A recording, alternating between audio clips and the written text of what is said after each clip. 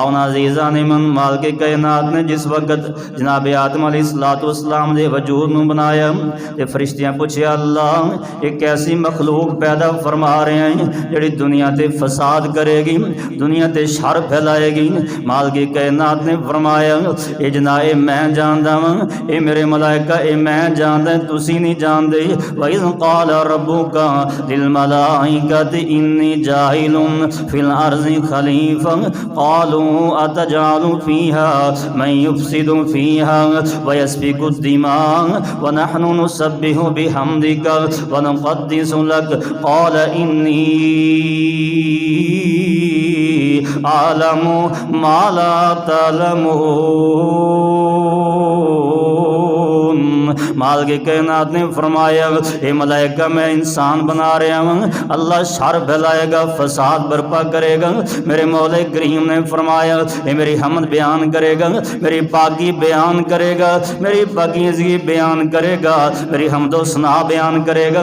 آگے قالوا نحن نسبح بحمدک ونقدس لک، عرشاں والے رب تیری حمد بیان کرنے واسطے اسی کافی ہیں، تیری پاکی بیان کرنے واسطے اسی کافی ہیں، تیری حمد و ثنا بیان کرنے واسطے، تیری تحلیل بیان کرنے واسطے، تیری تمہید بیان کرنے واسطے، تیری تمجید بیان کرنے واسطے اسی کافی ہیں۔ میرے مولا کریم نے فرمایا وَقَالَ إِنِّي أَعْلَمُ مَا لَا تَعْلَمُونَ، اے میرے ملائکہ جو میں جاندا ہاں تسی نہیں جاندے، جو میں نو علم تانوں علم کوئی نہیں۔ فرمایا وَعَلَّمَ آدَمَ الْأَسْمَاءَ كُلَّهَا ثُمَّ عَرَضَهُمْ عَلَى الْمَلَائِكَةِ فَقَالَ أَنبِئُونِي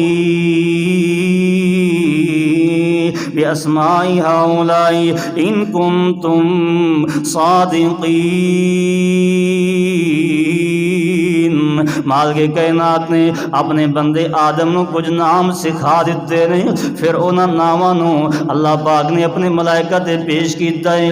مال کے کائنات فرماندے نے اے میرے ملائکہ اگر تسی جان دے ہو دسو انہاں چیزاں دے نام کی ہے، انہاں چیزاں دے نام دسو۔ ہن نام انہاں نو فرشتیاں نو کی پتہ؟ کھان پین دیا چیزاں دے نام دستے، اے برتن اے کولی ہے، اے چمچی ہے، اے ہانڈی ہے، اے ڈوئی ہے، ہن فرشتیاں نو کی پتہ؟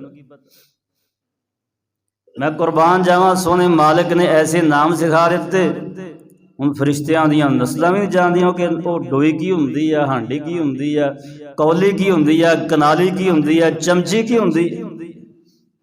تے اللہ نے کہا دسو ہن لگ جو پتہ۔ تسی کہنے سی نا بھی اسی بہت لے ہن دسو نام انہاں دے، ہن فرشتے ویکھن تاں آزیان مناونا غور کرنا مسلمانوں ایمان والیوں آخر مان گئے قالوا لا علم لنا الا ما علمتنا انك انت العلیم الحکیم۔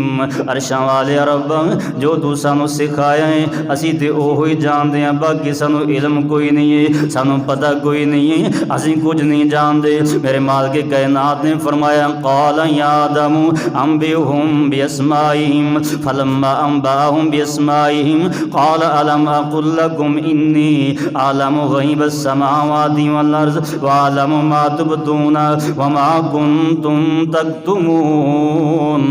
اے آدم فرشتیاں تے پتہ کوئی نہیں ہے، میں تینوں علم عطا فرمایا وے، میں انہاں چیزاں دے نام دسے نے، میں انہاں چیزاں دا علم سکھا دیتا وے۔